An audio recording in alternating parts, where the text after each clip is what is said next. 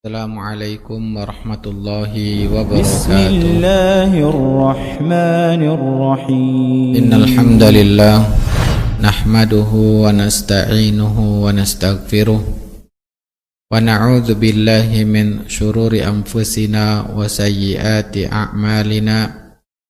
Man yahdihillahu fala mudhillalah wa may yudlil fala hadiyalah. Asyhadu an la ilaha illallah wahdahu la syarikalah wa anna Muhammadan abduhu wa rasuluhu la nabiyya ba'd. Kaum muslimat yang dirahmati oleh Allah Subhanahu wa taala dan juga yang berada di masjid maupun dimanapun berada, kita kembali melanjutkan kajian dari pembahasan buku Harta Haram Muamalah Kontemporer, yang mana pada kajian kita waktu duha ini kali ini membahas perlombaan di pusat perbelanjaan dan media massa visual dan non-visual.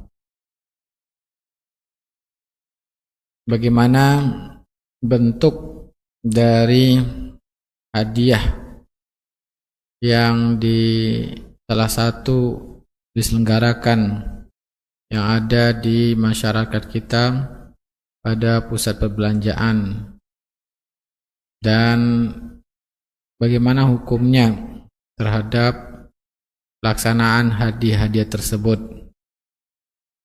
Semoga Allah Ta'ala memudahkan kita untuk mengetahui permasalahan ini dan mengetahui hukumnya, dan Allah mudahkan kita untuk mengamalkannya.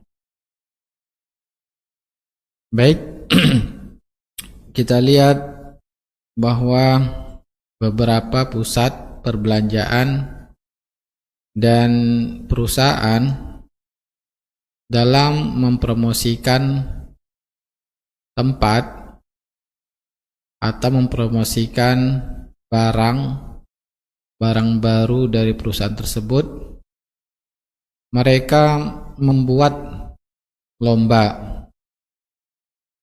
Caranya memberikan pertanyaan-pertanyaan yang berkaitan dengan tempat perbelanjaan tersebut, atau memberikan pertanyaan-pertanyaan yang berkaitan dengan barang yang mereka perkenalkan atau promosikan. Tujuan dari lomba ini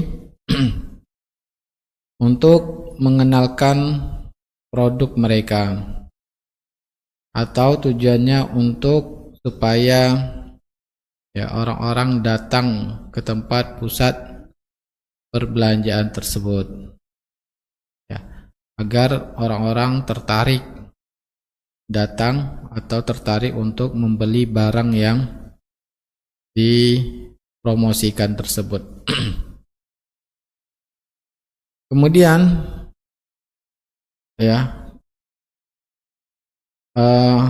jawaban dari pertanyaan-pertanyaan tersebut dijawab kemudian akan dikumpulkan semua jawabannya. Nah, kemudian dipisahkan antara jawaban yang benar dengan yang tidak benar.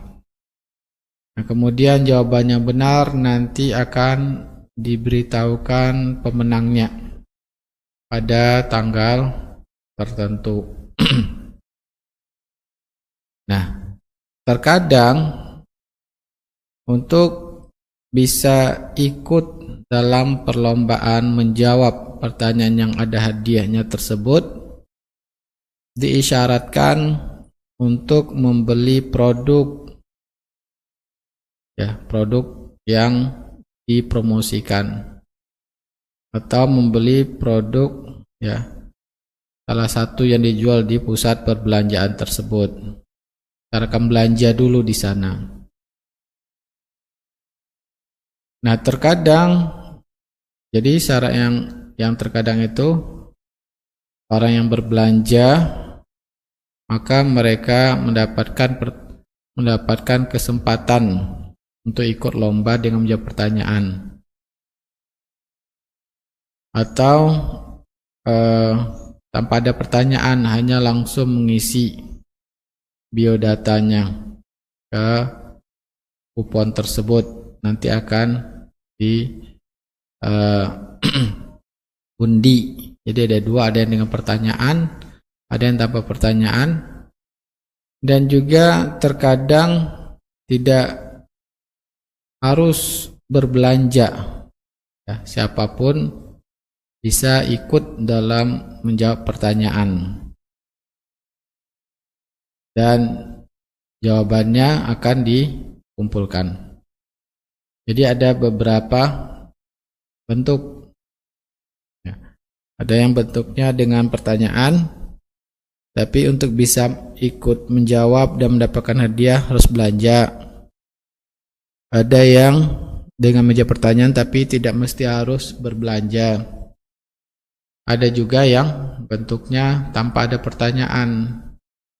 Siapa yang berbelanja ya bisa mengisi biodatanya untuk diundi, nantinya nama yang keluar akan mendapatkan hadiah yang disediakan oleh pusat perbelanjaan tersebut.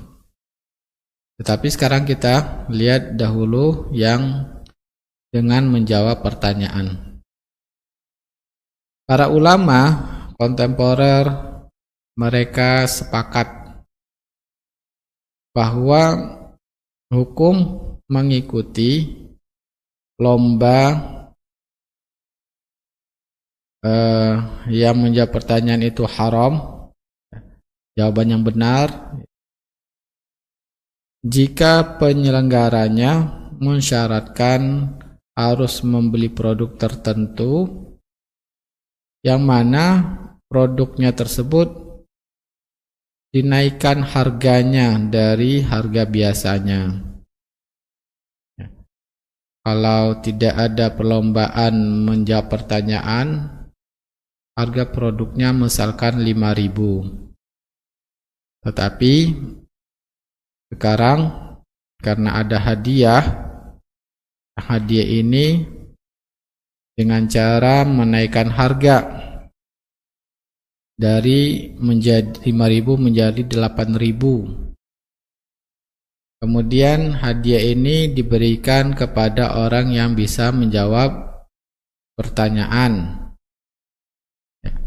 Maka para ulama semuanya sepakat bahwa hukumnya haram.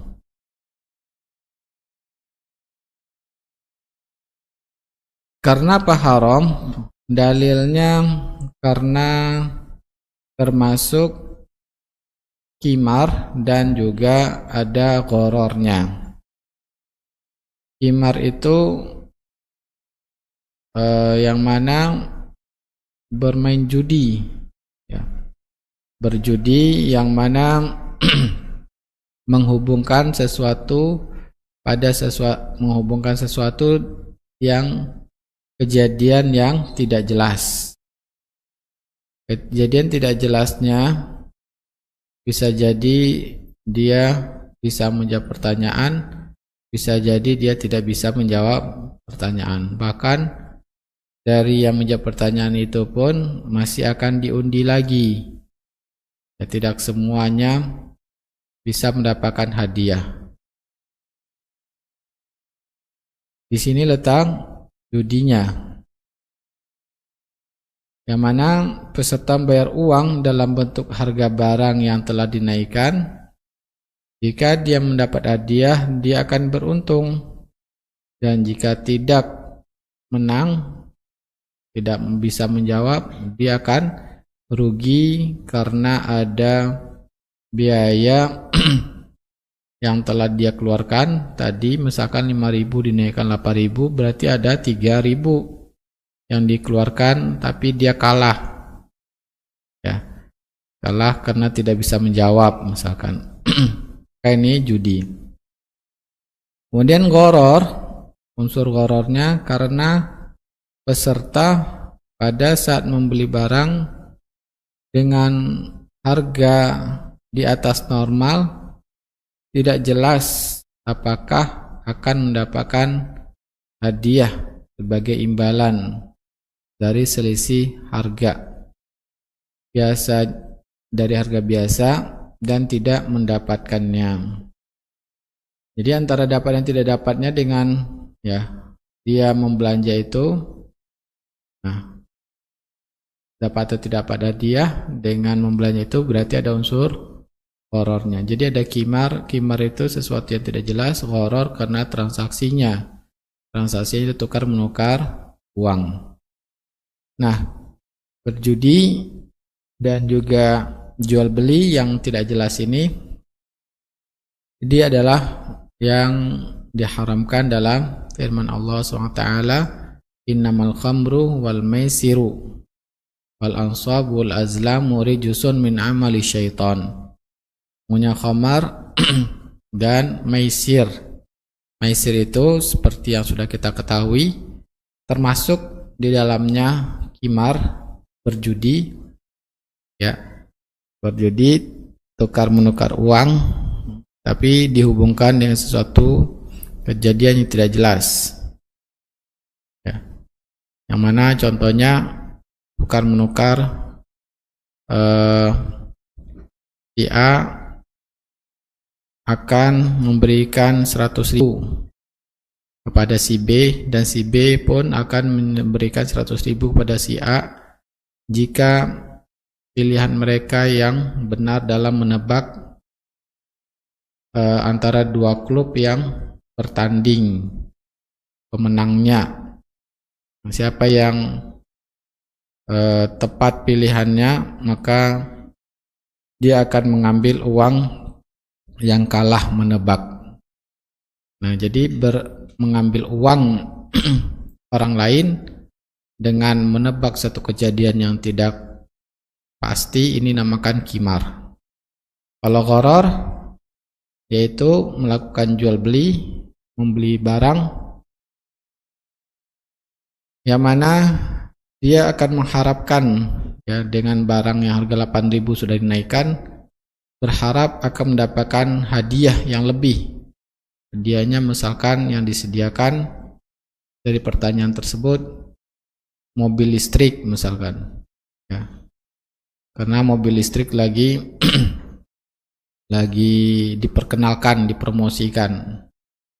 Nah, maka ternyata dia tidak bisa menjawabnya nanti, atau dia tidak dipilih walaupun jawabannya sudah benar. Maka di sini dia sudah melakukan membeli barang tapi tidak jelas akan mendapatkan mobil listrik atau tidaknya.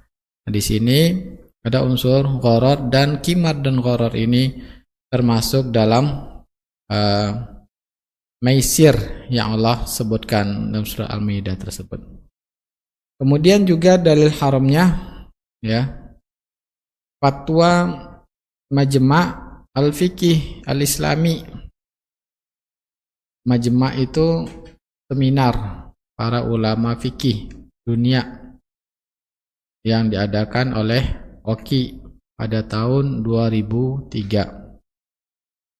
Maka hasil keputusan seminar membahas tentang hadiah di pusat perbelanjaan ini, kupon, ya, dengan memberikan pertanyaan dan nanti akan diberikan hadiah.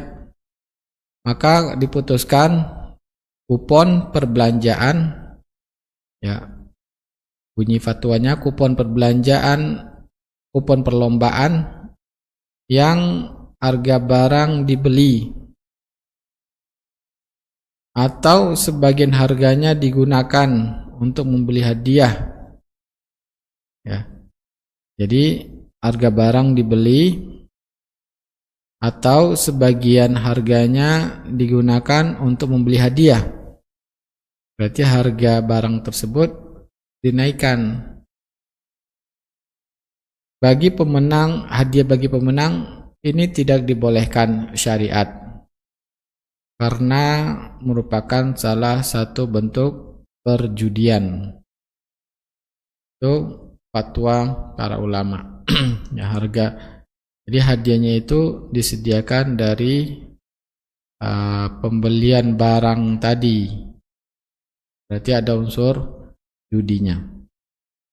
Kemudian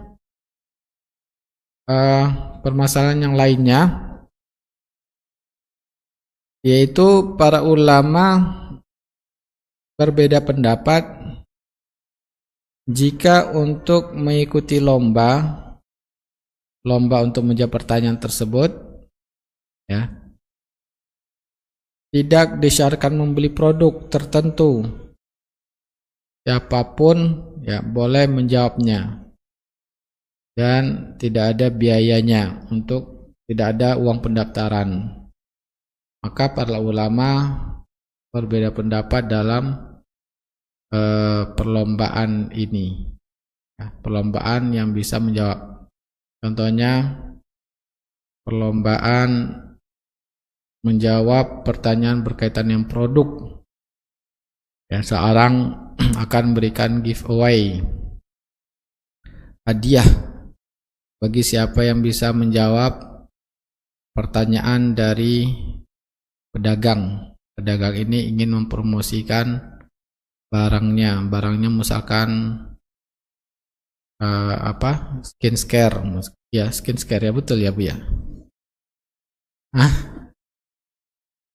Skincare ya. Nah, sampai salah saya mengucapkannya ya. Ingin mempromosikan skincare, nah, ya, karena produknya baru, sehingga dibikinlah pertanyaan berkaitan dengan produk ini. Siapa yang bisa menjawab yang paling cepat atau nanti akan dipilih, akan diberi produknya, kasih hadiah selain produk atau dikasih juga uang. Jadi tidak ada harus membeli barang, pokoknya siapapun boleh menjawabnya. Nah, tujuannya untuk memperkenalkan barang dagangannya ini.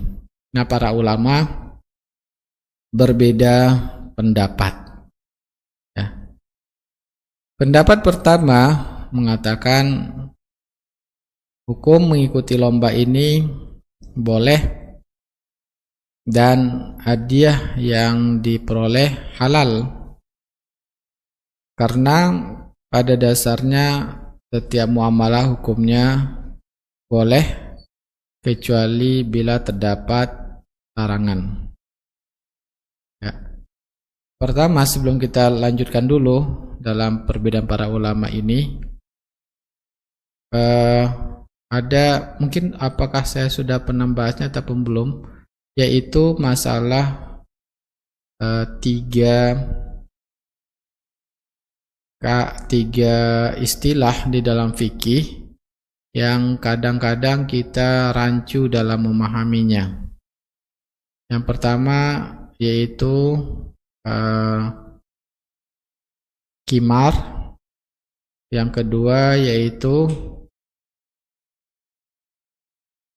tabak, yang ketiga ju'alah. Apakah saya pernah menjelaskannya di sini? Belum? Baik.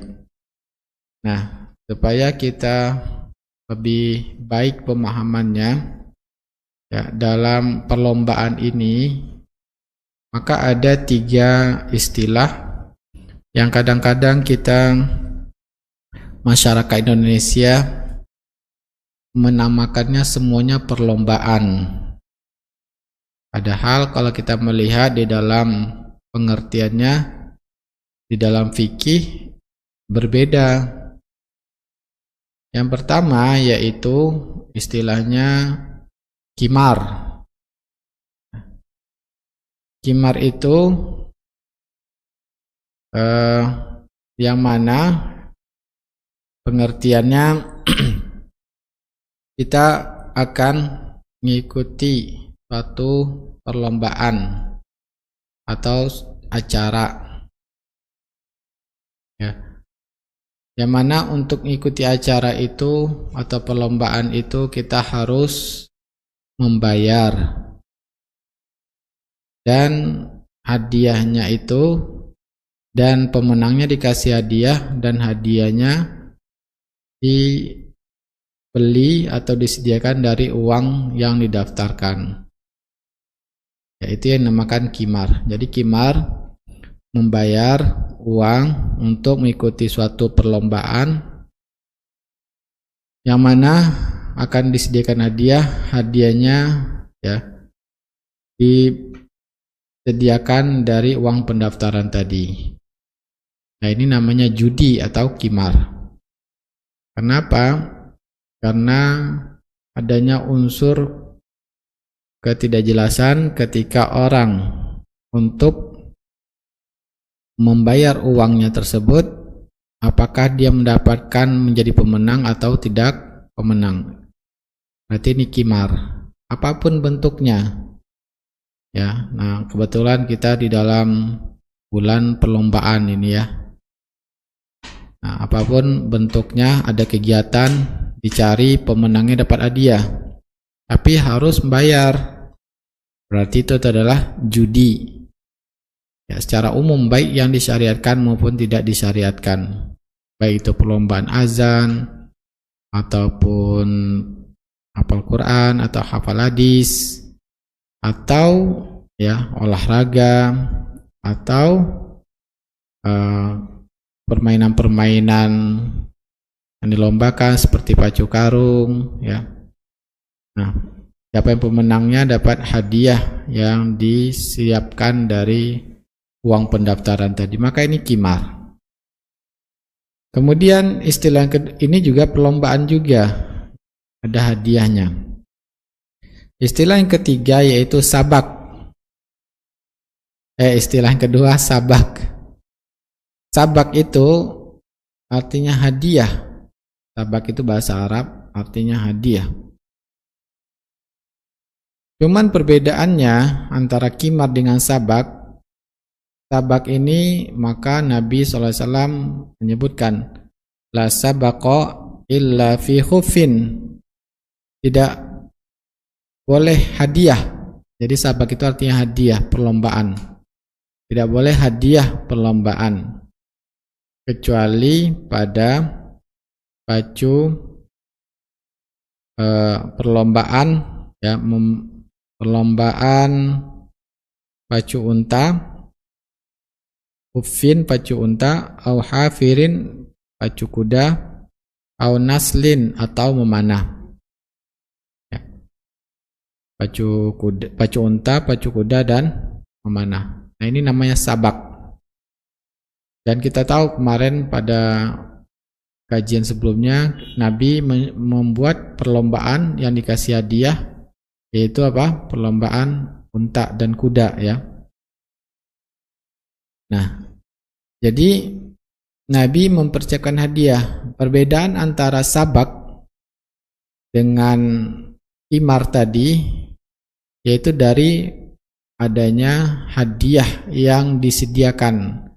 Kalau qimar, hadiahnya disediakan oleh seluruh peserta, tapi yang mendapatkan hadiah hanya pemenang. Nah, itu berarti judi atau qimar. Sedangkan sabak, hadiahnya dari pihak ketiga, yaitu baik dari pemimpin ataupun dari penonton. Contohnya penonton, ya, mereka membayar uang untuk menonton. Nah, uang hasil terkumpul itu dijadikan hadiah untuk para peserta lomba. Maka nah, ini perlombaan, ya. Maka inilah yang kita bahas sekarang. Terjadi perbedaan ulama sabak ini. Ada hadiah tapi dari pihak ketiga, Ya, terjadi perbedaan para ulama. Nah, itu yang akan kita bahas. Yang ketiga yaitu dinamakan dengan ju'alah. Ju'alah itu hadiah disediakan oleh seseorang, diberikan kepada orang yang mampu melakukan yang diinginkannya, baik pekerjaan maupun jasa. Ya, itu namanya ju'alah. Contoh ju'alah ini dalam firman Allah Subhanahu wa taala, waliman jaa bihi himlu ba'ir wa ana bihi zaim. Barang siapa yang bisa mendatangkan ya, barang kerajaan yang hilang pada kisah Nabi Yusuf, yang mana Nabi Yusuf sengaja menaruh alat takar gandum kepada saudaranya ya, supaya tipu muslihat nanti saudaranya ini ditahan ya, ditahan tinggal bersama Nabi Yusuf. Nah, setelah disimpan di perbekalannya, di barang-barang saudaranya Nabi Yusuf, maka diumumkan bahwa telah hilang barang kerajaan. Barang siapa yang bisa menemukannya, maka akan diberikan hadiah. Nah, ini namanya ju'alah ya. Hadiah disediakan untuk orang yang bisa melakukan apa yang diinginkan ya. Ini kalau bahasa kita apa namanya, sering juga mengatakan perlombaan ya. Nah, apa perbedaannya antara perlombaan dengan ju'alah ini, antara sabak dengan ju'alah? Adapun perbedaannya antara sabak dengan ju'alah, padahal namanya sama-sama perlombaan. Kalau pada sabak itu ya, orang yang memberikan hadiah tidak ada tujuan ya, tidak ada manfaat yang dia ingin dapatkan, tidak ada tujuan yang dia inginkan. Contohnya dalam perlombaan pacu kuda, pacu unta, disediakan oleh hadiahnya dari Nabi SAW. Apakah Nabi ada manfaat yang didapatkan oleh Nabi ketika menyediakan tersebut? Tidak ada.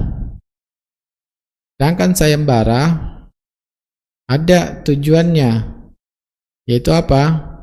Untuk contohnya untuk mencari barangnya hilang. Nanti kalau ketemu berarti dia mendapatkan manfaat, barangnya kembali. Ya.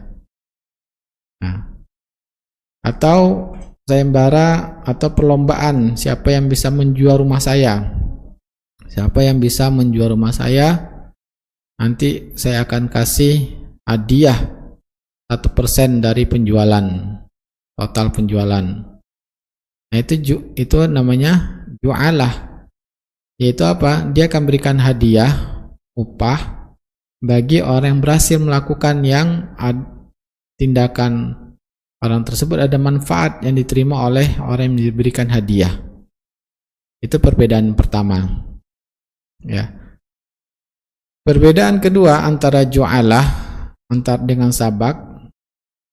Kalau di dalam sabak tujuannya hanya mencari terbaik saja di antara peserta. Ya. Mencari yang terbaik.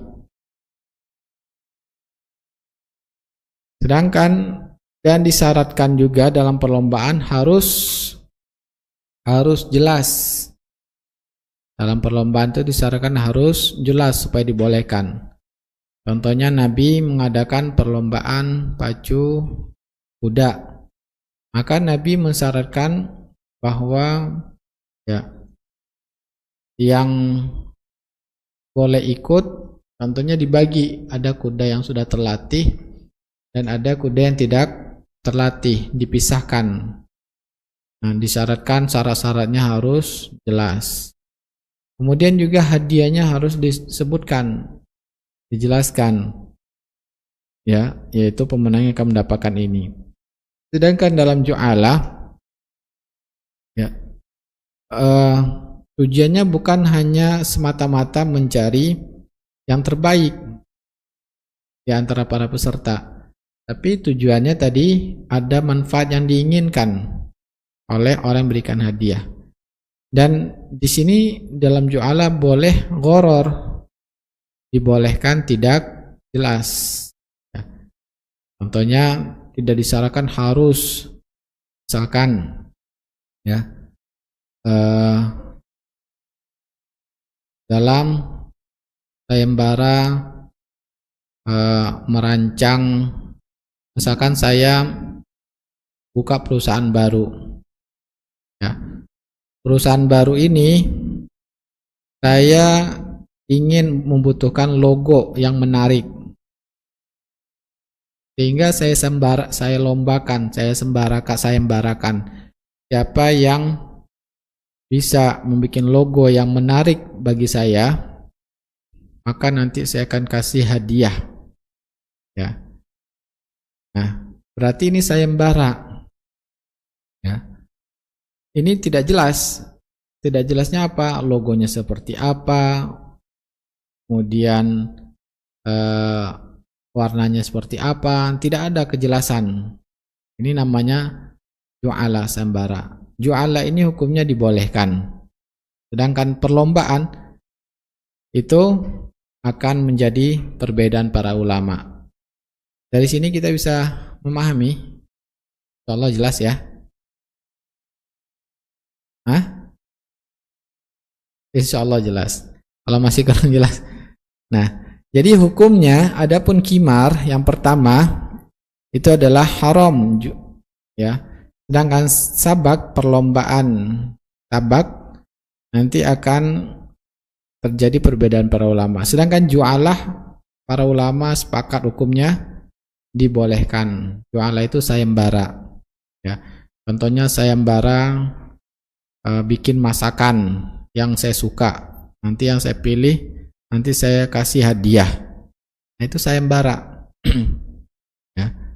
Sayembara apa yang saya inginkan? Saya ingin dapatkan makan yang saya suka, dan pemenangnya saya kasih hadiah, itu dibolehkan. Ya. Sayembara saya ingin dibikinkan apa gitu ya, misalkan bangunan, rancangan bangunan yang menarik bagi saya. Nah, itu kan gharar, tidak jelas bangunnya seperti apa, mau bagaimana, yang penting saya suka gitu. Siapa yang saya pilih, saya kasih hadiah, misalkan 100 juta. Nah, itu sayembara, itu dibolehkan, ya. Dengan syarat tidak dengan membayar. Kalau membayar untuk ikut sayembara itu berarti berubah menjadi apa? Menjadi qimar, ya, jadi judi. Nah, sekarang kita melanjutkan di dalam buku harta haram, yaitu untuk, ya, yang bisa menjawab pertanyaan. Nah, berarti di sini, ya, permasalahannya pertanyaan ini berarti mencari yang terbaik, ya. Pertama, ada yang bisa menjawab, ada yang tidak bisa menjawab. Hanya diberikan hadiah yang bisa menjawab, ya kan?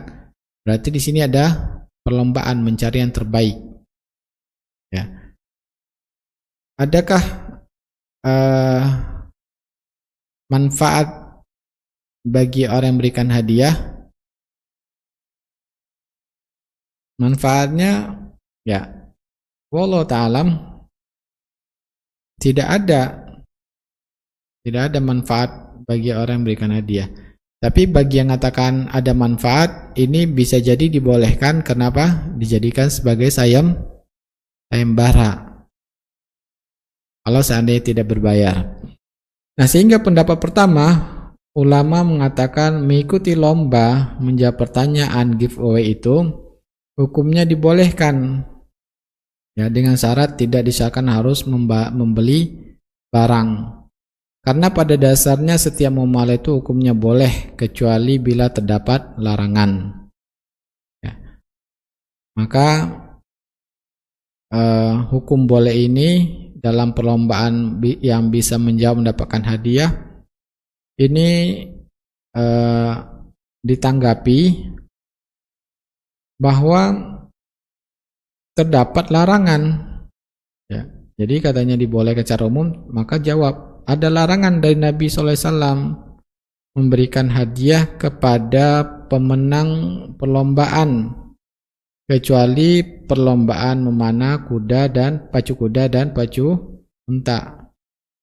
Ya, ini juga yang difatwakan oleh Imam Syafi'i, Imam Hanafi, jumhur ulama Ibnu Taimiyah dan Ibnu Qayyim. Mana jumhur ulama mengatakan la sabaqa illa fi khuffin aw fi hafirin aw naslin. Tidak boleh dilombakan dapat hadiah kecuali pacu unta, kuda dan memanah, mencari yang terbaik dikasih hadiah. Nah, kemudian tanggapan ini ditanggapi lagi oleh ulama Maliki, mengatakan salah seorang ulama mazhab Maliki membolehkan memberikan hadiah atas perlombaan apapun sekalipun tidak berhubungan dengan jihad, ya. Karena Nabi membolehkan perlombaan pemenangnya dikasih hadiah hanya yang dalam jihad. Pacu kuda, pacu unta, memanah itu adalah jihad. Mazhab Imam Maliki mengatakan tidak harus perlombaan itu berkaitan dengan jihad saja yang boleh dikasih hadiah. Terus memahami hadis Nabi tersebut mengatakan karena maksud larangan Nabi, ya, bila ada unsur judi dalam perlombaan tersebut. Judi itu apa? Apabila pesertanya harus membayar. Kalau tidak harus membayar, maka hukumnya boleh. Ya. Nah, ini yang dipahami oleh salah seorang mazhab imam ulama mazhab Maliki.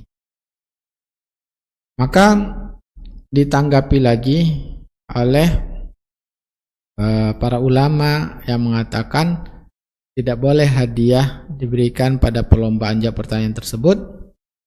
Ya.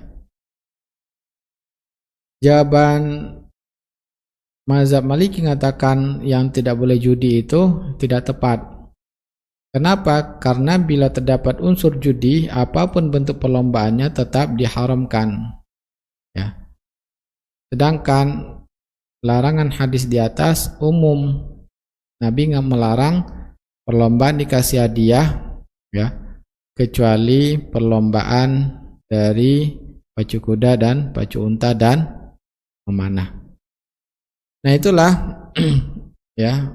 Pendapat pertama mengatakan boleh, dalilnya pertama asal muamalah adalah dibolehkan. Kemudian sebetulnya kalau kita lebih rinci lagi, ini tidak ada di buku harta haram. Ulama yang membolehkan juga dalilnya bahwa ya, ucapan Nabi SAW la sabaqa ini kata ulama yang bolehkan, maksudnya hanya bukan pengharaman, tetapi maksudnya hanya yang paling berhak.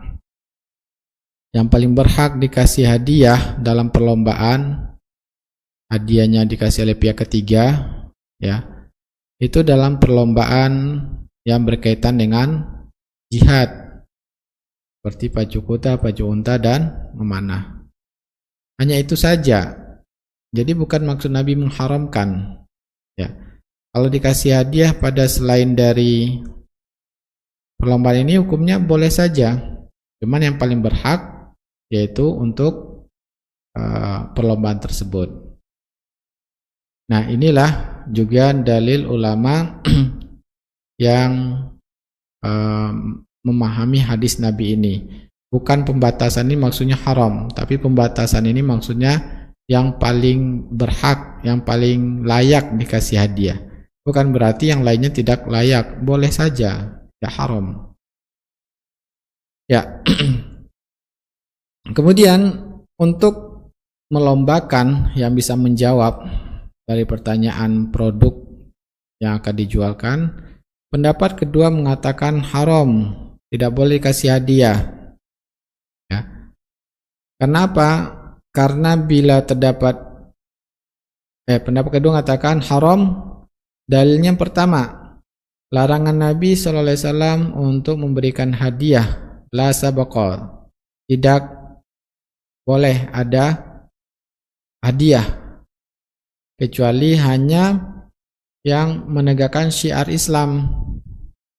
Contohnya ya, hadiah diberikan oleh pemimpin atau sponsor dalam memanah, pacu kuda, pacu unta, hafal Quran, hafal hadis, atau pertanyaan-pertanyaan berkaitan dengan sirah, ya, sejarah Nabi, hidup Nabi, atau hukum-hukum Islam. Ya. Siapa yang bisa menjawab pertanyaan tentang hukum Islam dikasih hadiah, hanya itu yang dibolehkan. Ya. Ini pendapat kedua. Kemudian dalil kedua, adapun ya memberikan hadiah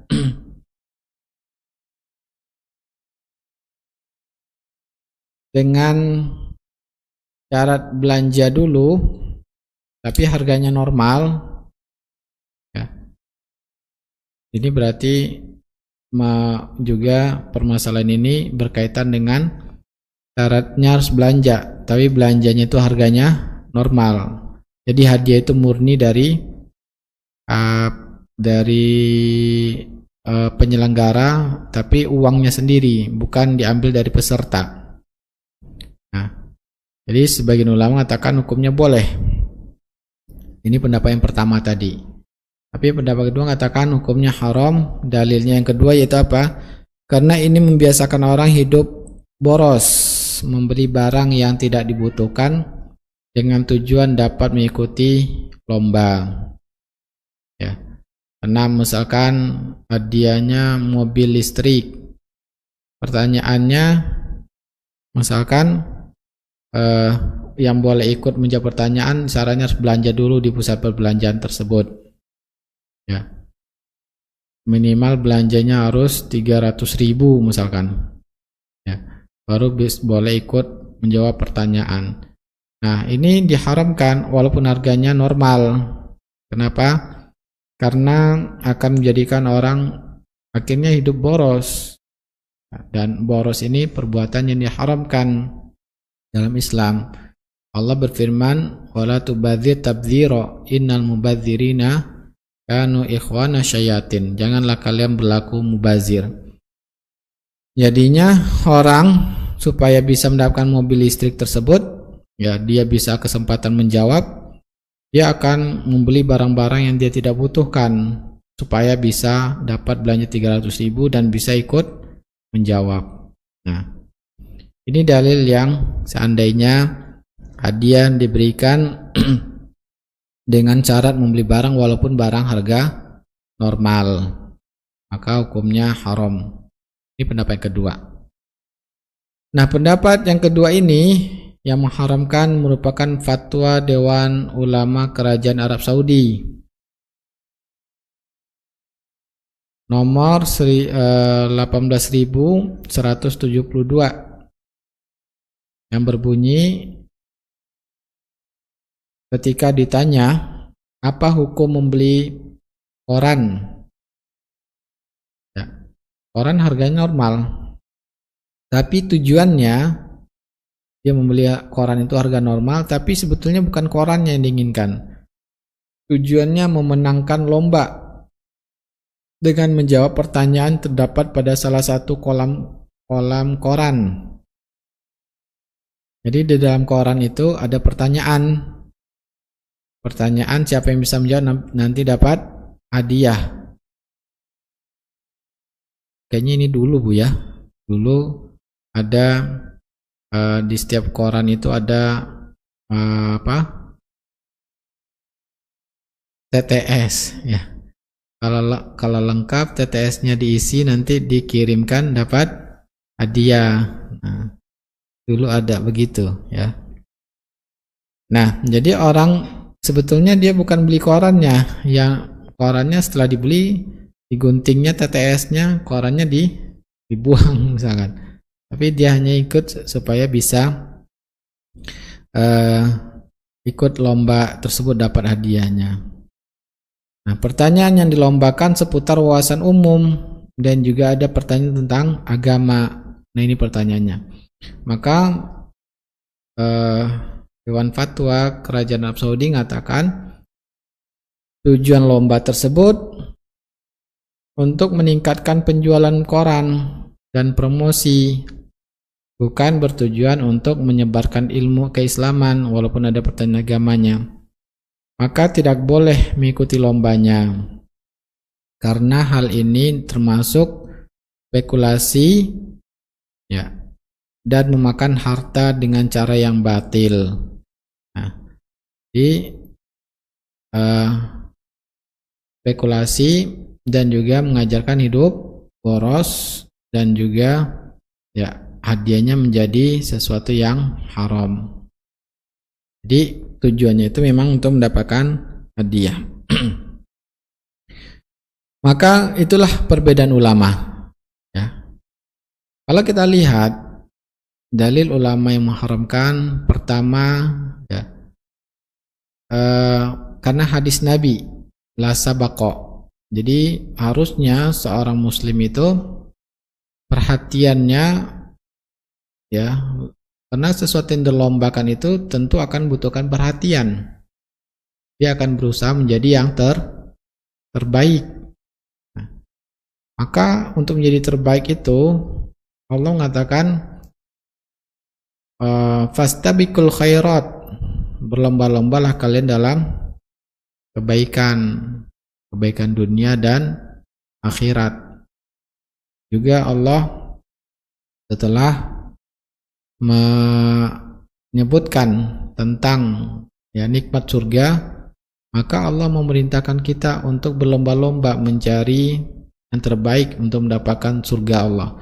Wa fi dzalika falyatanafasil mutanafisun. Oleh karena itulah maka hendaklah berlomba-lombalah orang yang berlomba-lomba untuk mendapatkan ya surga Allah yang paling tinggi derajatnya. Karena surga Allah itu juga ada derajatnya, ada kelasnya. Maka kita diperintahkan Allah untuk berlomba-lomba ya untuk masuk surga yang lebih tinggi kelasnya. Nah, inilah seorang muslim itu hendaknya ya, para jumhur ulama mengatakan perhatiannya harus sesuatu yang bermanfaat untuk akhiratnya. Di antaranya jihad ya, kemudian syariat Islam. Nah, ini sehingga apapun yang nanti perhatiannya akan terganggu, contohnya untuk perlombaan selain dari agama, maka dilarang oleh Nabi, la sabaqo, tidak boleh dikasih hadiah kecuali pada pacu kuda, pacu unta dan memanah. Nah, itulah perbedaan para ulama ya. Kemudian dari hukum perlombaan yang diselenggarakan oleh pusat perbelanjaan dapat disamakan hukum mengikuti lomba yang diselenggarakan oleh stasiun televisi, yaitu dengan cara, nah misalkan ada pertandingan sepak bola misalkan ya, nanti di pertengahan sesi pertandingan waktu istirahat ada kuis ya. Ada kuis yaitu penelpon yang bisa menjawab pertanyaan akan mendapatkan hadiah 500.000 atau hadiah 1 juta. Nah, bagaimana hukumnya? Maka para peserta menelpon ke nomor yang tersedia, yang mana pulsanya itu di atas biaya normal, pulsanya premium. Nah, hal ini menunjukkan bahwa hadiah yang akan diberikan berasal dari uang selisih pulsa biasa dengan premium. Dengan demikian, ini termasuk salah satu bentuk perjudian yang disepakati keharamannya.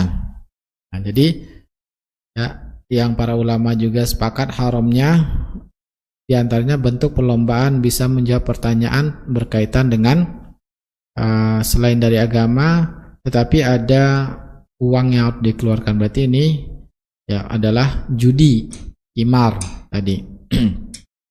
Kalau tidak ada, kalau harganya normal, nelfon harganya normal, tapi yang menang bisa, misalkan perlombaannya siapa yang tadi mencetak gol misalkan ya.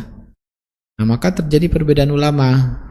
Nah, bagian ulama mengatakan hukumnya boleh, sedangkan jumhur ulama mengatakan hukumnya tidak boleh. Kenapa? Karena pertanyaan-pertanyaan yang dilombakan hanya dibolehkan untuk hal-hal yang berkaitan dengan syariat Islam. Ya. Kemudian juga ada fatwa Majma' al-Fiqih, jadi seminar ulama fikih dunia yang diadakan oleh OKI tahun 2003. Fatwanya mengatakan membayar pulsa telepon atas percakapan untuk mengikuti sebuah perlombaan hukumnya tidak dibolehkan syariat apabila hadiah yang akan diberikan kepada pemenang, baik hadiah secara keseluruhan atau hanya sebagian hadiah, diambil dari pulsa tadi, karena hal ini termasuk memakan harta orang lain dengan cara yang batil. Nah, biasanya wallahu alam, saya kurang tahu juga, yang sebetulnya ya untuk ikut bisa menjawab itu mendaftar ya, dan pendaftaran itu nelpon, biaya pulsanya mahal. Nah, nanti siapa yang sudah mendaftar itu baru mereka secara acak siapa yang lebih duluan masuk. Ya, siapa lebih duluan masuk. Nah, ketika nelpon pendaftaran itu ternyata harganya premium. Nah, maka ini berarti ada unsur judinya. Ya. Nah, itulah tentang permasalahan pada hukum perlombaan di pusat perbelanjaan. Ada yang dipersisikan para ulama, yaitu pada hukum yang tidak berbayar ya, dan ada yang disepakati apabila berbayar.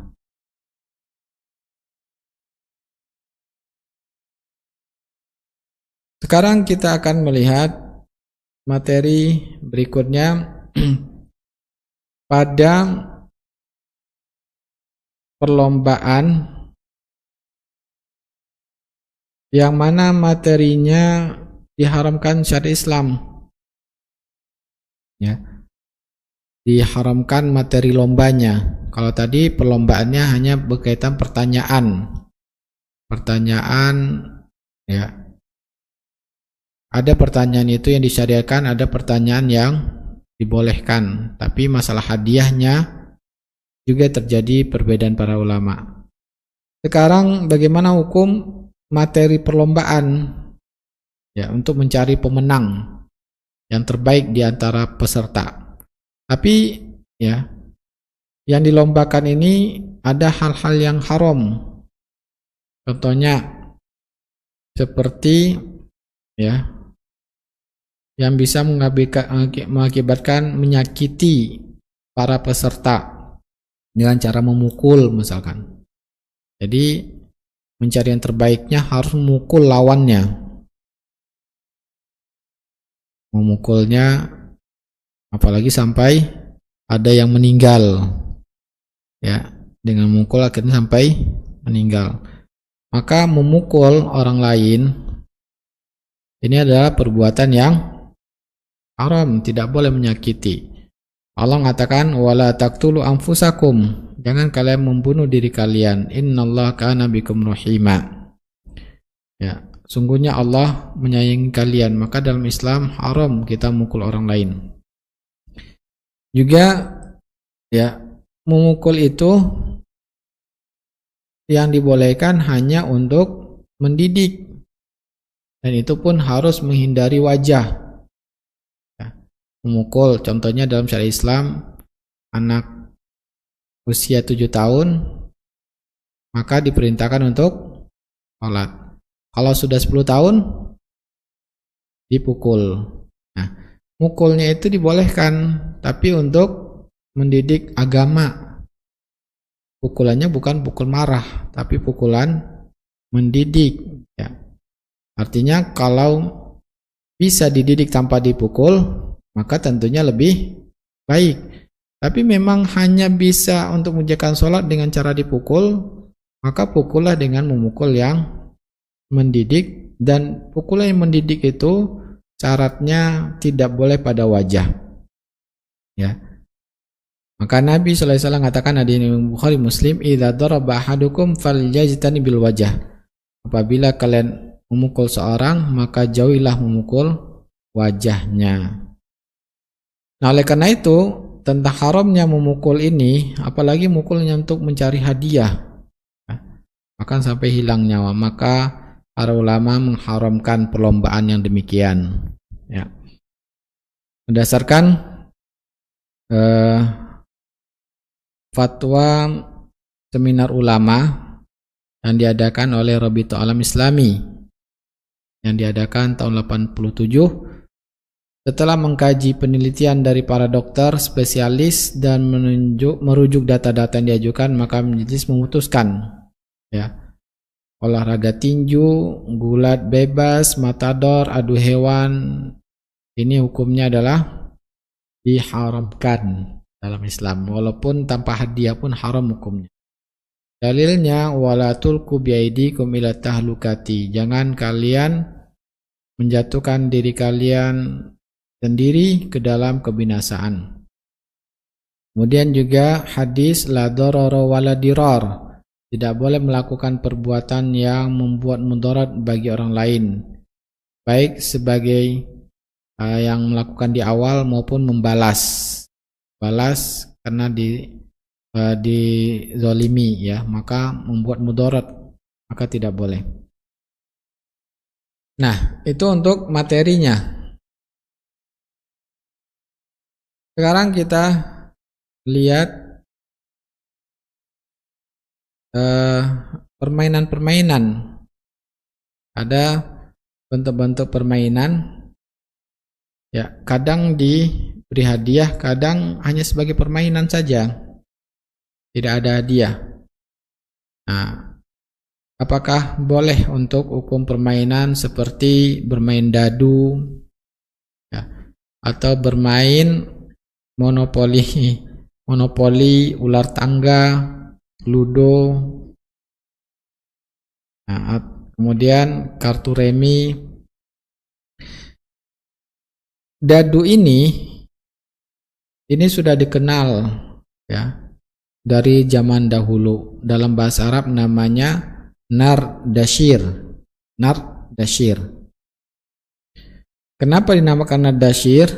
Karena pencipta mainan tersebut, ya, yaitu Ardashir bin Babak, kaisar dari Persia di Iran, ya. Namanya Ardashir bin Babak. Beliau yang membuat dadu tersebut, ya. Yang mana ada 6 kolom maksudnya. 6 kolom diberi angka 1 sampai 6. Itu yang jadi dadu. Nah, hukum permainan dadu ini, memainkan dadu, ya, ada permainan pakai dadu. Nah, para ulama sepakat bahwa permainan dadu kalau disertai dengan uang yang diberikan untuk pemenang, maka hukumnya judi. Nah, bagaimana kalau seandainya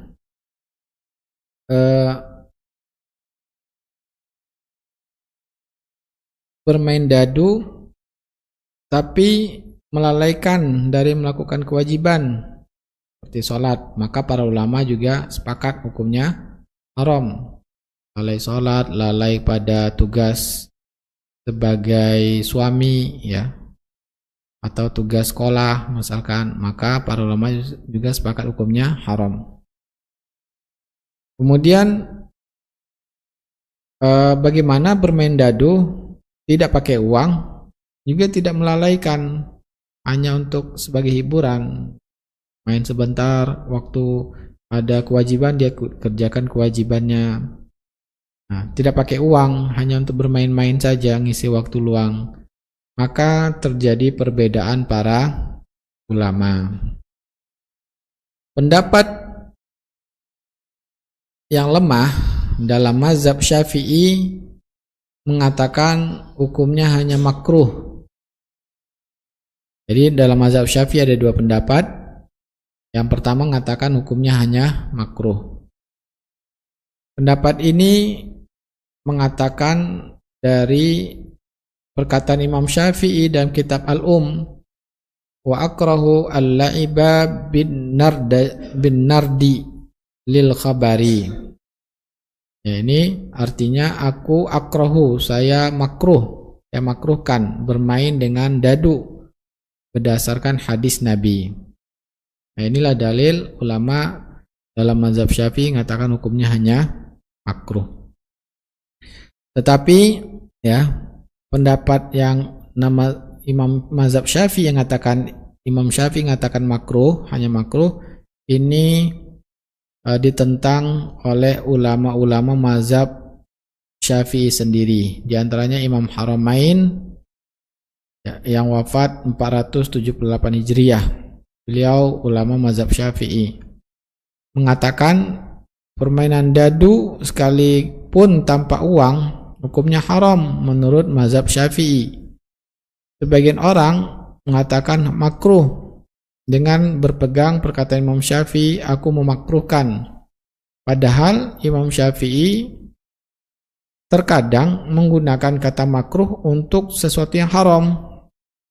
Contohnya Imam Syafi'i mengatakan, saya memakruhkan menggunakan bejana emas dan perak. Padahal jelas ya, Imam mazhab Syafi'i mengatakan berdasarkan hadis Nabi SAW bahwa haram menggunakan perabotan rumah, pemakan untuk minum yang terbuat dari emas, yang terbuat dari perak.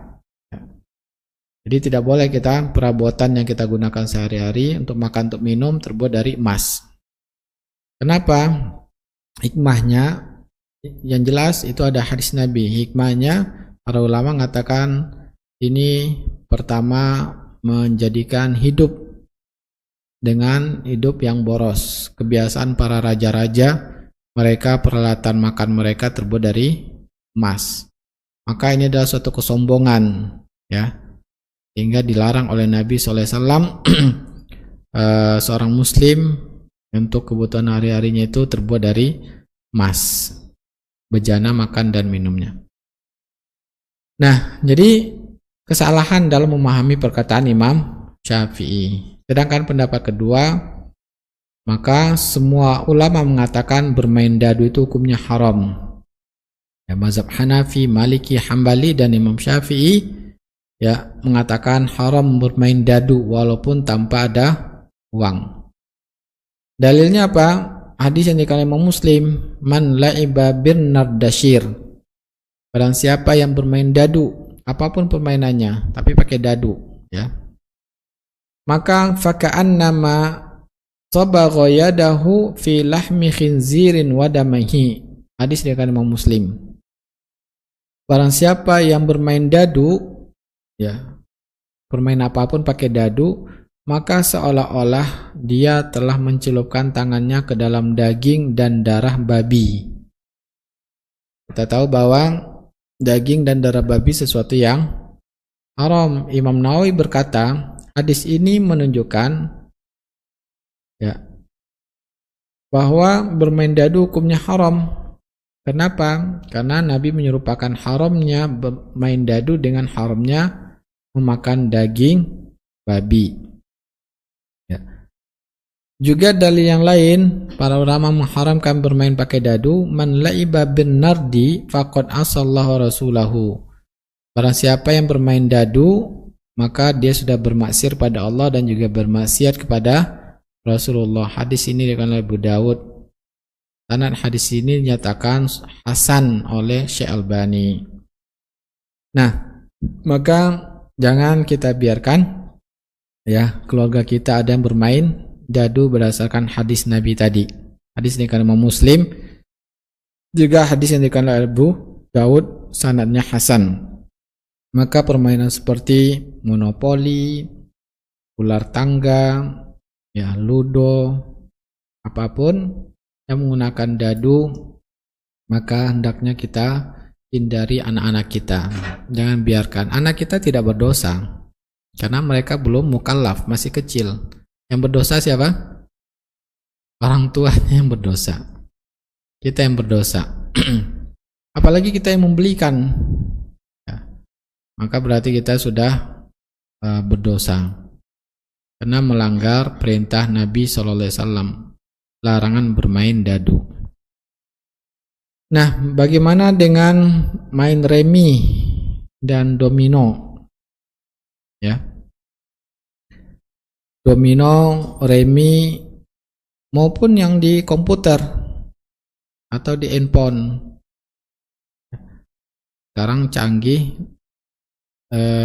teknologi sehingga remi dan domino nggak lagi hanya di bentuknya nyata konvensional, tapi ada yang bentuknya digital. Main remi, main domino tapi dengan handphone, ya, dengan komputer. Nah, bagaimana hukum permainan tersebut? Sama dengan yang tadi, kalau pakai uang judi, kalau melalaikan haram. Begitu juga game ya. Game kalau sampai melalaikan dari kewajiban, maka hukumnya sepakat para ulama haram. Bagaimana main remi, domino, game yang tidak pakai uang juga tidak melalaikan? Nah, pendapat pertama, sebagian ulama kontemporer membolehkan permainan ini. Ya. Hukum asal segala sesuatu hukumnya adalah boleh. Pendapat kedua, mayoritas ulama mengharamkan dua jenis permainan ini untuk remi dan domino, khusus untuk remi dan domino. Yaitu apa yang mengharamkannya? Mengkiaskan dengan dadu, disamakan dengan dadu. Yaitu apa? Dimana unsur nasib-nasiban dalam dua permainan ini sangat dominan dibanding untuk berpikir. Jadi orang yang main domino ya tergantung apa yang dia terima dari kartunya, atau tergantung domino apa yang dia dapatkan, maka dia bisa jadi menang. Nah, jadi bermain ini ya ini untung-untungan. Maka untung-untungan ini sama seperti bermain dadu, untung-untungan juga. Maka mayoritas para ulama mengharamkan permainan ini. Di antaranya Ibnu Hajar Al-Haytami berkata, permainan dadu diharamkan karena asasnya adalah untung-untungan, ya, tanpa ada perhitungan dan olah fikir. Dapat dikiaskan dengan permainan dadu. Di dadu, maka seluruh permainan yang berdasarkan untung-untungan, maka seluruh permainan yang berdasarkan untung-untungan hukumnya haram. Wallahu alam, pendapat yang mengharamkan ya ini kuat dalilnya, kata penulis buku Harta Haram. Kenapa? Dengan permainan game itu juga kadang-kadang ya nasib-nasiban juga. Wallahu alam ya. Saya juga mungkin tergantung permainan gamenya ya. Ada yang nasib-nasiban, ada yang memang untuk keahlian berpikir ya. Butuh kalian berpikir. Nah, ini yang jelas para ulama yang di sini mengharamkan yang tidak ada unsur berpikirnya, unsur game hanya untung-untungan saja. Maka tetap haram dikiaskan dengan dadu. Tapi kalau ada unsur game yang memang butuh pemikiran, maka nanti pembahasannya tentang masalah catur. Ya. Game tapi ada unsur berpikir supaya menang. Kalau ini ya tidak ada unsur berpikirnya, hanya nasib-nasiban aja. Seperti ini kali ya. Apa itu yang bola-bola untuk warna-warna itu? Apa namanya gamenya? Jadi kayak Luxor itu ya, kita bisa keluar bola warna biru, kita taruh di warna biru. Kalau warna merah kita taruh warna merah. Ya, Luxor ya. Nah, itu dianalogikan sama seperti dadu, haram hukumnya menurut mayoritas ulama karena untung-untungan, tergantung warna apa yang keluar. Ya. Nah, dalilnya juga permainan untung-untungan ini akan menjadikan kita menjadi lalai. Sehingga para ulama mengharamkan, mayoritas ulama mengatakan berdasarkan hadis Nabi SAW, kullu syai'in yalhu bihi rajul batilun illa ramyata rajul biqausihi wa ta'dibahu farsahu wa mula'abatahu imra'atahu fa innahunna minal haqqi. Segala hal permainan adalah batil. Batil itu sesuatu yang tidak dibenarkan. Kecuali permainan memanah, melatih kuda, bercanda dengan anak dan istri, maka hal itu tidak termasuk hal yang batil. Maka bercanda atau permainan itu untuk hal-hal yang ada manfaatnya. Manfaat untuk keluarga, lebih dekat sesama anggota keluarga, atau untuk melatih kemampuan dalam berjihad. Nah, itu yang dibolehkan berdasarkan ucapan Nabi, hadis ini kan Imam Ahmad. Sekarang kita masuk permainan atau game yang ada unsur berpikirnya. Contoh seperti catur. Ya. Maka kalau ada uang, sepakat ulama hukumnya haram. Kalau melalaikan, sepakat ulama hukumnya haram. Nah, bagaimana game atau catur yang ada unsur berpikirnya tapi tidak melalaikan? Ya. Maka terjadi juga perbedaan para ulama. Pendapat pertama, mazhab Maliki dan Hambali mengharamkan permainan catur. Mazhab Hambali dan Maliki mengharamkan untuk catur. Kenapa? Karena pendapat ini didukung dengan fatwa kerajaan Arab Saudi. Ulama kerajaan Saudi berfatwa catur, khusus untuk catur haram. Pertama dalilnya ucapan Ali bin Abi Thalib, ma hazit tamathilul lati antum laha akifun. Patung-patung apakah ini yang kalian akifun? Itikaf. Itikaf itu kalian lama berdiam di depannya. Ya. Kalian bermain patung-patung, kalian terdiam di hadapan patung-patung tersebut. Ini dalil ulama emang haramkan. Kemudian ditanggapi dengan dalil ini ucapan Ali bin Abi Thalib bahwa tidak kuat menunjukkan larangan dalam bermain catur, karena bisa jadi Ali radhiyallahu anhu melarang bermain catur disebabkan karena anak caturnya itu berupa patung kuda, ya. Jadi karena patungnya, atau karena terlalu lama mainnya. Akifun, kalian lama mainnya. Itikaf, kalian depan patung. Nah, bisa jadi dilarang oleh Ali bin Abi Thalib karena terdiam di hadapannya itu begitu lama. Jadi nggak bisa dijadikan ya sebagai dalil untuk haram karena materinya. Kemudian dalil kedua, ulama mengharamkan, mazhab Hambali Maliki mengharamkan, dalilnya karena catur sama dengan dadu. Ya, yaitu dapat melarikan dari melakukan kewajiban sholat. Maka ditanggapi tidak sama antara catur dengan dadu. Dadu untung-untungan, catur ada unsur berpikir untuk menang. Nah, jadi tidak sama, butuh berpikir. Nah, kalau memang ada melalaikan sholat, jelas ini sepakat para ulama haram. Tapi yang menjadi masalah ditanggapi yaitu menyamakan antara catur dengan dadu. Maka jawabannya tidak sama. Dadu untung-untungan, yang keluar itu tidak bisa diprediksi. Tapi kalau catur itu dengan berpikir menjalankannya, memainkannya itu dengan cara pikir. Sehingga sebagian ulama mazhab Hanafi dan Syafi'i mengatakan tidak haram bermain catur, tidak haram hukumnya. Maka karena ada manfaat yaitu berpikir, ya, maka dibolehkan saja. Maka para ulama ini berdalil bahwa tidak ada dalil yang melarang permainan catur, maka kembali hukum asalnya adalah boleh dan ada manfaatnya. Manfaatnya mengasah otak dalam strategi perang, diajarkan dalam permainan catur. Maka Allah Ta'ala permainan-permainan yang akan melatih berpikir, yaitu dibolehkan menurut mazhab Syafi'i dan Hanafi, tapi selama tidak melalaikan. Kalau sudah sampai berjam-jam, nah maka hukumnya haram, ya.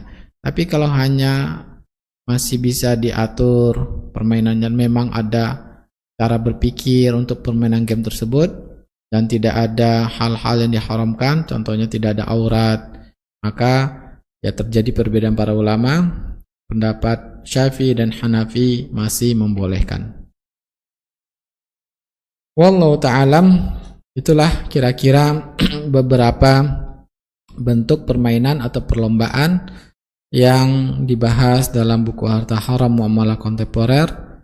Insyaallah ya, kita akan melanjutkan tentang kupon undian pada pertemuan berikutnya. Maka materi kita cukupkan sampai di sini. Selanjutnya kita akan diskusi dan tanya jawab.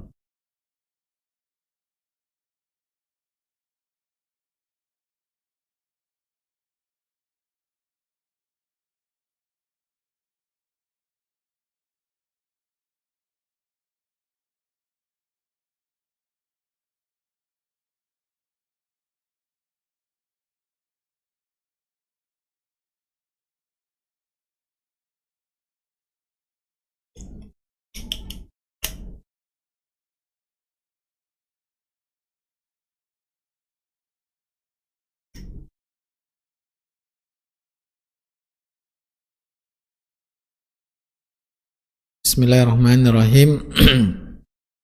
Izin bertanya Ustadz, kalau kita jual barang di mana nilai jualnya di dalamnya ada nilai tertentu yang kita niatkan untuk disisihkan atau diberikan kepada pembeli atau user. Tentu nilai ini sudah ditambahkan menjadi nilai jual barang. Apa ini diperbolehkan?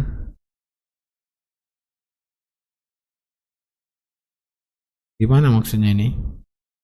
Kita jual barang di mana nilai jualnya di dalamnya ada nilai tertentu yang kita niatkan untuk disisihkan untuk diberikan pada pembeli. Kita naikkan, setelah itu kita kasih lagi ke pembeli. Ya. Tentunya nilai ini sudah ditambahkan menjadi nilai jual barang. Apakah ini diperbolehkan? Apakah ini diperbolehkan? Kita naikkan dulu, kemudian nanti kalau dia waktu dia beli, kita kasihkan lagi ke dia gitu. Kita menyebutkannya apa? Hadiah. Ini bisa jadi boleh, bisa jadi haram. Ya. Nah, kapan menjadi boleh? Bolehnya itu kalau tidak ada unsur penipuan. Ya. Nah, ini perlu ditanyakan dulu kenapa melakukan hal ini. Ya, dinaikkan dulu, kemudian nanti uang dikasihkan lagi ke orangnya. Nah, mungkin ini masih belum paham saya kenapa kok bisa melakukan seperti hal ini. ya. Karena saya langsung pemahaman saya itu contohnya seperti apa? Contohnya ya, kita belanja disebutkan harganya diskon.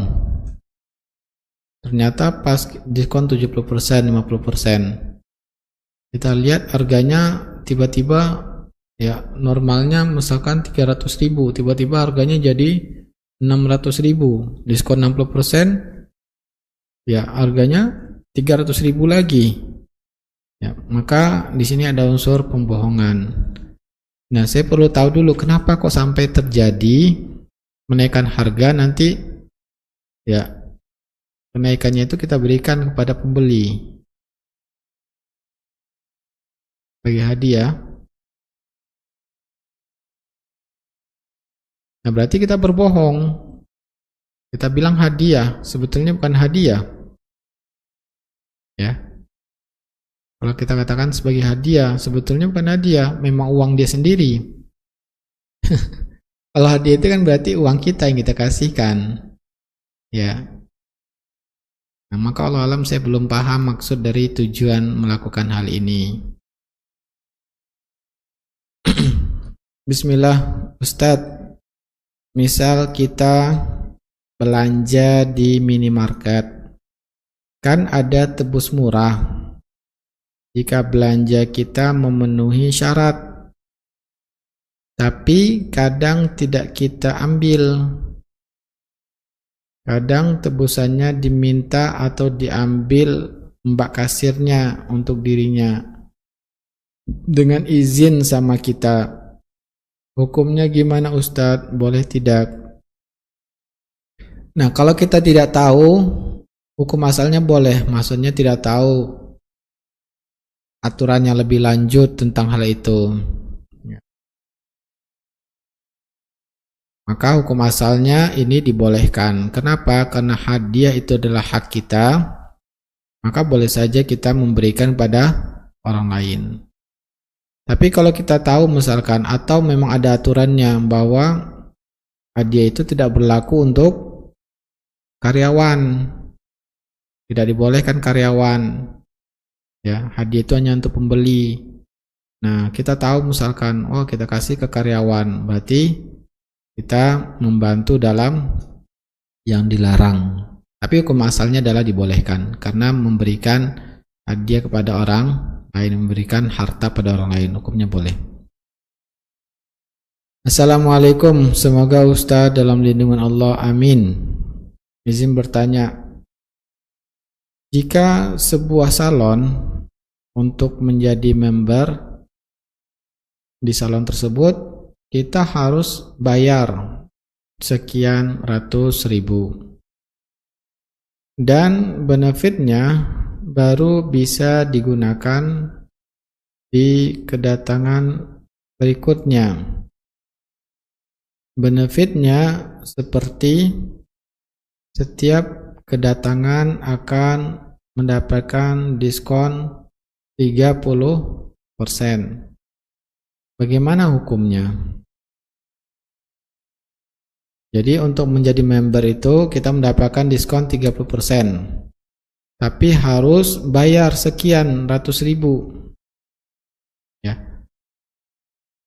Kemudian kalau ibu jadi member, misalkan member cukup bayar 300.000. Nah, nanti setiap jasa itu akan dapat potongan 30%.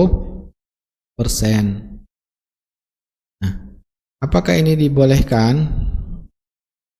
Maka ya, hukumnya ini tidak dibolehkan. Karena apa? Karena 300.000 yang kita keluarkan, kita menukar dengan sesuatu yang tidak jelas. Ketidakjelasannya apa?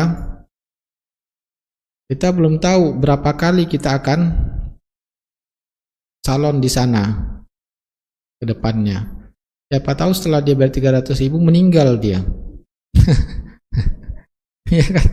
Habis salon Saking senangnya dipuji suami, Masya Allah cantiknya, langsung senang, meninggal langsung. Nah, rugi nggak dia? Rugi. Untung nggak penjual salonnya? Untung. Berarti kita sudah bermain dengan sesuatu yang gharar. Karena ketidakjelasan berapa kali kita akan salon di sana. Berarti ada unsur ghararnya, ditukar dengan sesuatu yang tidak jelas. Wallahu a'lam. Nah, ini banyak ya seperti ini sekarang ya. Sayang sekali. Tempat-tempat olahraga juga begitu. Sewa kalau member, bayar member sekian, nanti tidak dapat diskon. Maka itu hukumnya tidak boleh. Afwan, Ustadz di luar tema. Bagaimana hukumnya jika kita bayar denda angsuran rumah kepada bank? Bisakah kita bayar pokoknya saja? Pertama, bagaimana hukumnya bayar denda angsuran rumah pada bank? Ya, berarti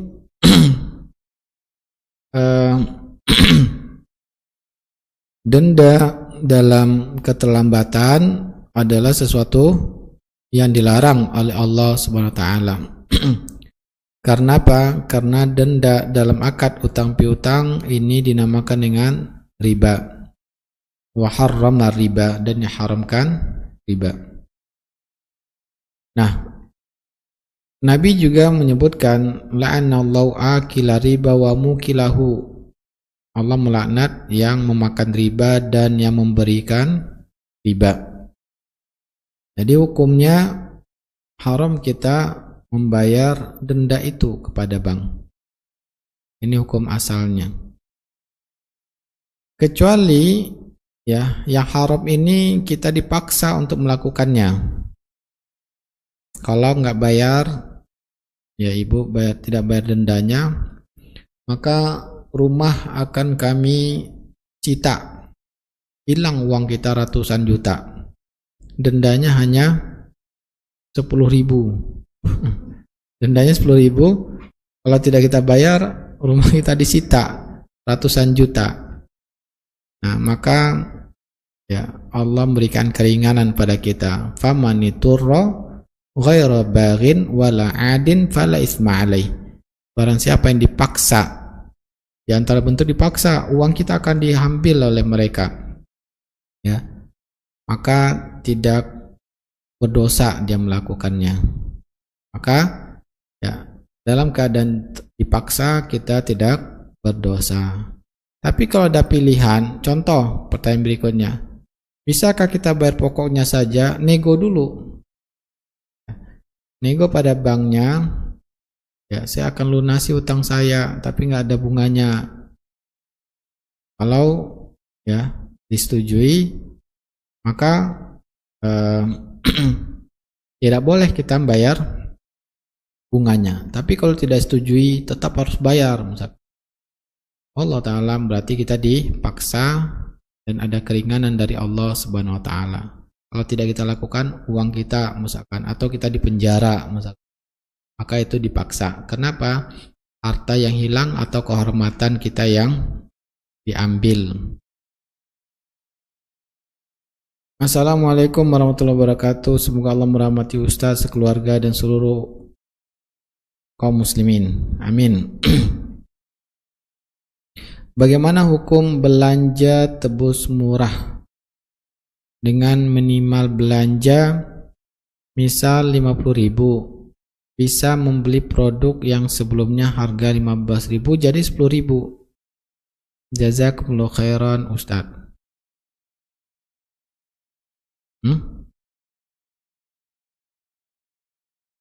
Ya, tebus murah karena sudah belanja 50.000. Nah, kalau jadikan kita boros, hukumnya haram, ya, sesuatu yang tidak kita butuhkan. Tapi kalau kita memang masih butuh, maka ini murni hadiah ya. Karena kita sudah belanja 50.000 dikasih hadiah, yaitu hadiahnya apa? Potongan 5.000 untuk belanja berikutnya. Maka hukumnya hadiah itu ya asalnya adalah dibolehkan selama tidak ada unsur diharamkan di antaranya menjadikan kita boros. Wallahu taala alam.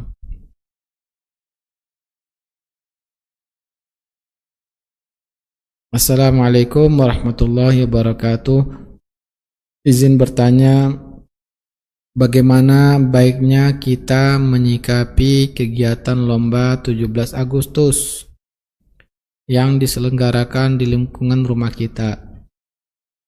Sebaiknya kita tidak mengikutinya dan meninggalkannya, atau tidak mengikuti perlombaan tersebut, tapi kita ikut andil menonton dan membantu terselenggara acara tersebut. Bagaimana hukumnya meng-share iklan dan yang pertama dulu ya. Menyikapi kegiatan lomba 17 Agustus. Tapi pertanyaannya sebetulnya,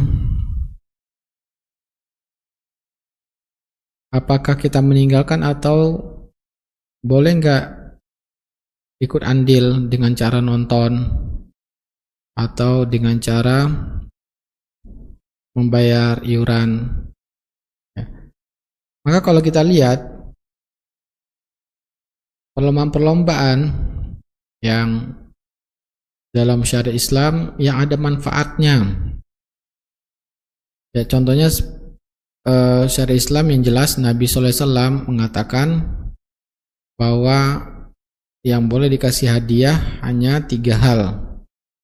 Oleh karena itulah jumhur ulama dahulu mengatakan tidak boleh dikasih hadiah selain dari 3 hal ini. Nah, cuman sekarang ulama-ulama kontemporer ya, Ayofi dan juga Majma'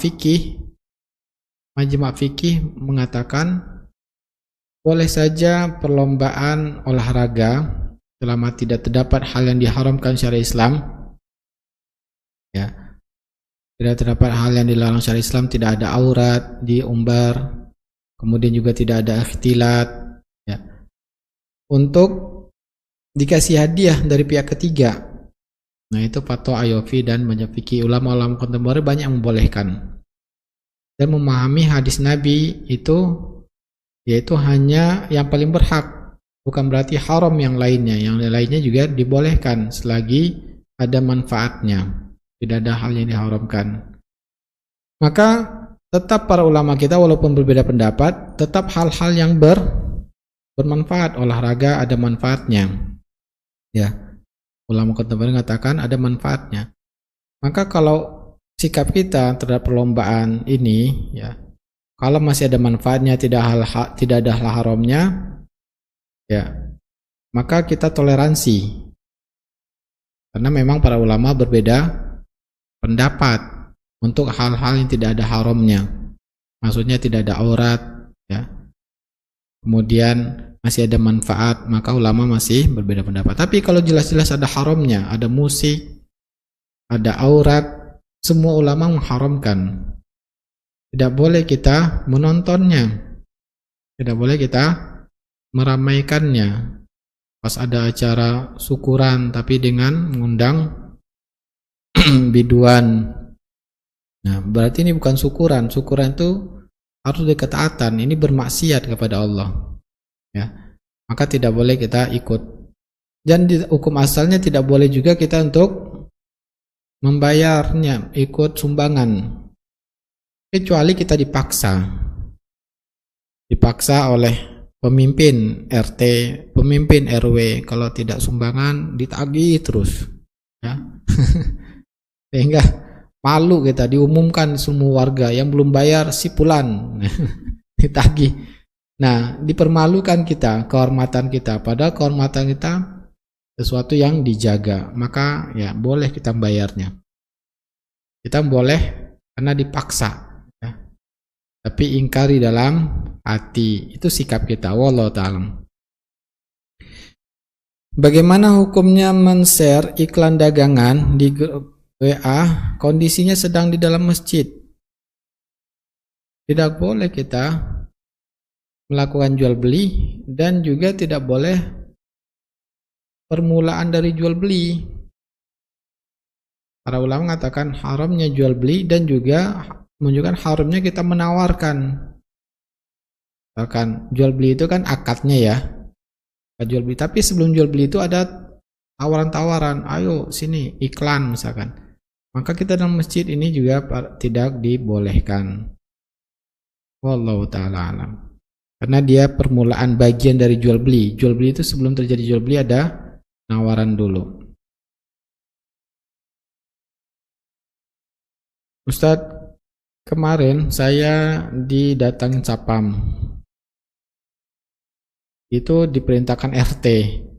Dipaksa ditagih nyumbang 17-an. Padahal anak-anak saya, keluarga saya tidak pernah ikutan bertahun-tahun. Tidak mau juga membantu acara tersebut karena jelas-jelas banyak kemungkarannya. Tidak ada manfaatnya sama sekali, baik untuk dunia dan akhirat keluarga kami. Karena didatangin sapam, suami saya nggak enak, akhirnya kasih nggak ikhlas. Mengingkari dengan hati dan cuma 50.000. Tapi saya menyesal sampai sekarang. Apakah masih berdosa? Ustadz, karena termasuk tolong menolong kemaksiatan mau pencerahannya. Iya tadi. Ya. Karena dipaksa tadi kita sudah jelaskan, ya, dipaksa didatangi oleh sapam, diintimidasi lagi ya. Sapam yang datang ke rumah, maka hukumnya kita boleh. Kenapa Allah mengatakan famaniturro, barang siapa yang dipaksa. Ya. Padahal dia tidak ingin dan tidak ingin melakukannya, maka dia tidak berdosa. Dan memang gitu, Nabi mengatakan nanti akan ada pemimpin-pemimpin yang zalim, akan mengambil harta kalian, maka taatilah, ya. Dan kita dipungut pajak, disuruh bayar iuran ini, iuran itu, ya taati saja. Karena pemimpin itu lebih baik kita taati daripada kalau tidak kita taat, tidak ada pemimpin itu lebih kacau, ya, lebih rusak kalau tidak ada RT. Kalau nggak ada RT di perumahan itu lebih hancur lagi, Bu ya. Maka kalau sudah RT, ya ikutin saja perkataan RT, perkataan RW. Dengan tidak ada RT, tidak ada RW, lebih hancur kehidupan masyarakat. Jika ikut perlombaan yang ditunjuk sekolah anak, misal futsal, voli, basket, itu kan sekolahnya perlu bayar biaya pendaftaran, Ustadz. Bukan anak yang bayar, tapi sekolah. Apakah boleh anak saya mengikutinya? Dan juga anak saya sudah balik, namun seragam lombanya di atas lutut. Oh, anak laki-laki, seragamnya di atas lutut. Boleh tidak ikut lomba seperti itu? Syukron. Nah, kalau pihak sekolah membayar dan hadiahnya dari uang pendaftaran, berarti judi. Ya, berarti judi. Nah, kalau judi, sepakat para ulama hukumnya haram. Ya. Maka tidak boleh anak kita ikutkan andil dalam perjudian. Nah, tidak boleh. Tapi kalau hadiahnya disponsor, Ustaz, ada ketiga, semuanya betul-betul disponsor. Ya. Pialanya dari bupati misalkan. Enggak ada dari pendaftaran.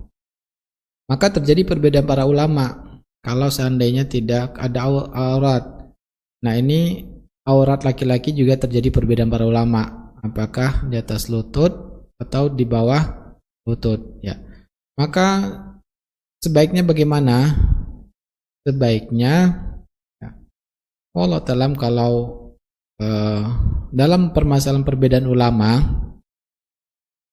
sebaiknya kita keluar dari perbedaan tersebut. Sepakat para ulama tidak ikut, hukumnya tidak berdosa, maka lebih baik tidak ikut. Kalau kita ikut terjadi perbedaan, ada yang mengatakan haram, ada yang mengatakan boleh. Tentu kita lebih pendapat yang aman bagi anak kita. Ya, jangan diikutkan yang mana juga ada auratnya yang diperselisihkan para ulama. Kedua orang tua saya pensiun PNS. 9 bulan yang lalu bapak saya meninggal.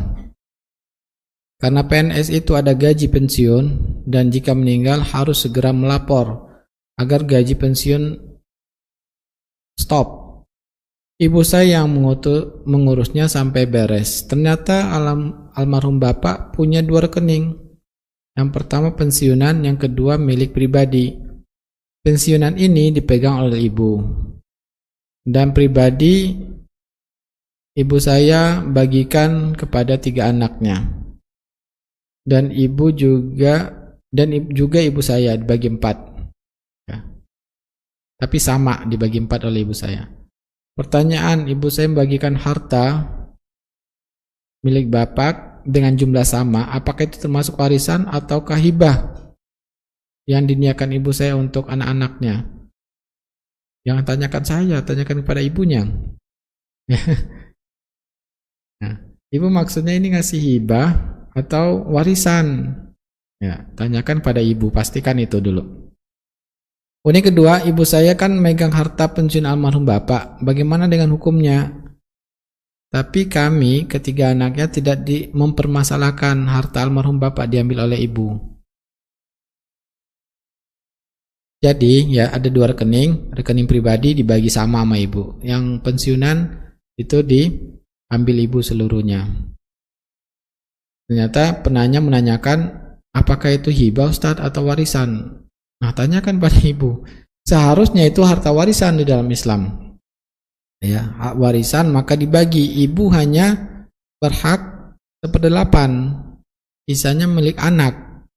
Ya. Ibu hanya berhak 1/8.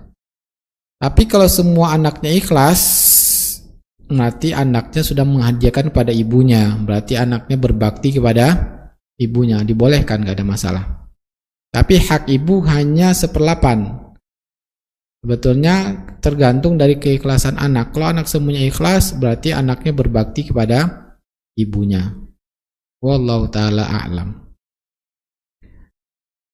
Assalamualaikum warahmatullahi wabarakatuh. Ustadz, afwan di e-commerce, misalkan go titik-titik,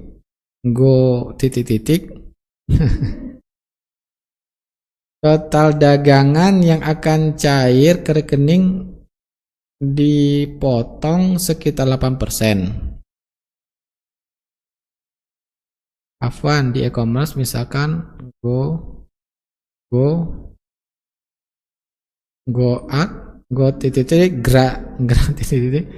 total dagangan yang akan cair ke rekening dipotong sekitar 8%. Maksudnya kita jualan ini ya, kayaknya ya. Kita jualan jasa ataupun jualan barang dipotong 8%. Apakah boleh Ustadz Ana naikkan harganya juga? Ya. Jadi karena akan dipotong 8%, maka saya naikin juga. Masa saya yang nanggung? Dibebankan kepada konsumen 8%. Apakah itu dibolehkan?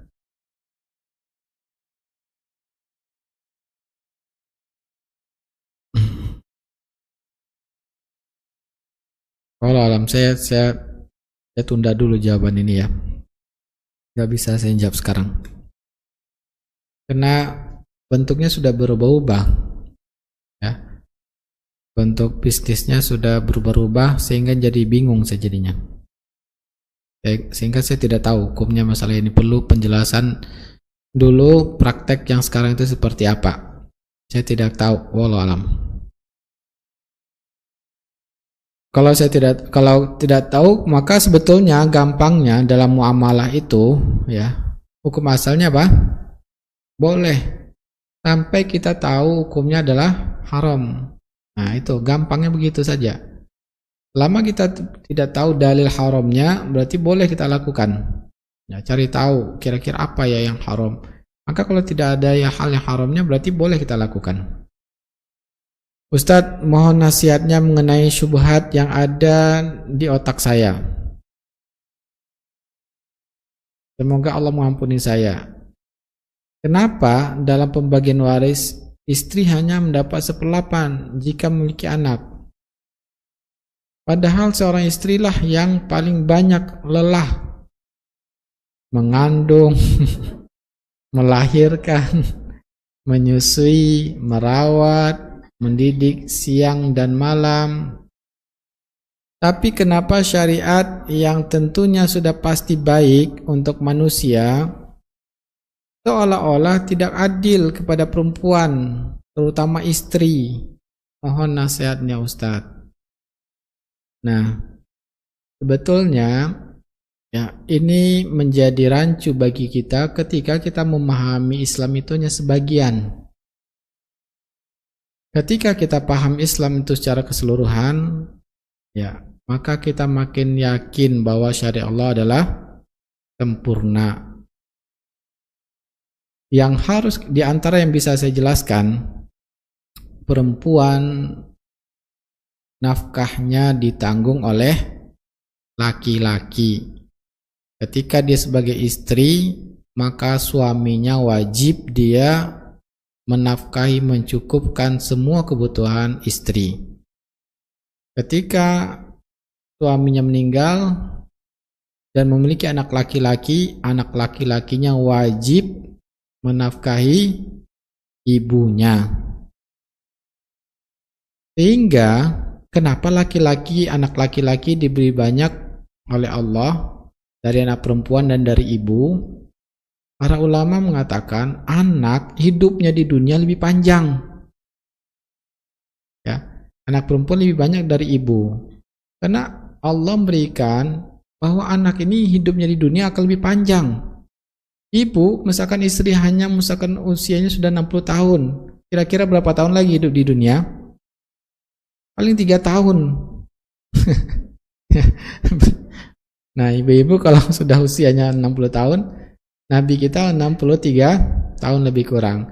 Maka usianya pendek, sehingga kebutuhan hidupnya lebih sedikit daripada anak yang masih lama hidup di dunia ini. Itulah hikmahnya Allah Ta'ala berikan anak perempuan lebih banyak dari ibu. Ya. Dan kemudian anak laki-laki pun wajib menafkahi ibunya dan saudari perempuannya. Itulah hikmahnya, ya. Ketika kita memahami bahwa syariat Allah itu secara keseluruhan, maka kita tidak akan muncul subhat seperti ini. Nah, ibu harusnya tenang. Oh iya, saya akan mati. Lebih berhak anak-anak saya masih panjang hidupnya. Dan saya juga di-cover oleh anak laki-laki saya. Kalau tidak, anak saya akan berdosa. Itulah pentingnya kita mempelajari syariat Islam. Ya. Apakah sudah terjawab? Kira-kira ada ibu-ibu yang masih kurang puas dengan jawaban ini? Ya. Jadi itu ya, diantaranya bisa saya jawab. Karena para ulama menyebutkan di antara hikmahnya, karena memang ya istri ya usianya di dunia ini tinggal sedikit, sehingga anak yang masih panjang diberikan Allah lebih banyak daripada istri. Dan juga ibu menjadi kewajiban anak laki-laki. Kalau tidak ada anak laki-laki, maka saudara laki-lakinya atau ayahnya yang berkewajiban menafkahinya. Assalamualaikum Ustadz. Afwan bertanya, apa hukumnya jika kita mengikuti perlombaan olahraga? Yang menonton ada ikhwan juga, apakah boleh? Berarti bertanya perempuan ya. Yang nonton juga ada ikhwan. Nah, jelas ini apa? Tidak boleh. Ada ikhwan yang nonton. Wallahu ta'ala. Jadi diharamkan oleh para ulama karena ada ikhtilat di sini. Ya, ada ikhtilat, ada laki-laki yang akan menonton. Kalau gitu ada nggak perlombaan bagi wanita ini, boleh kan? Ya boleh saja selama yang nonton semuanya perempuan. Ya, yang nonton semuanya perempuan. Ya, wallahu ta'ala a'lam. Ya, alhamdulillah semua pertanyaan sudah bisa kita bahas ya. Kalau ada kekhilafan itu murni dari saya dan dari syaitan, dan saya akan rujuk dari kesalahan tersebut. Semoga Allah berikan kita kemudahan untuk menjalankan syariat Allah, memahami secara keseluruhan, terus mempelajari syariat Allah. Pasti kita akan diberikan kebaikan di dunia dan di akhirat ketika kita mengamalkannya. Kita tutup dengan doa kafaratul majlis. Subhanakallahumma bihamdika asyhadu an la ilaha illa anta astaghfiruka wa atubu ilaik. Wassalamualaikum warahmatullahi wabarakatuh. Bismillahirrahmanirrahim.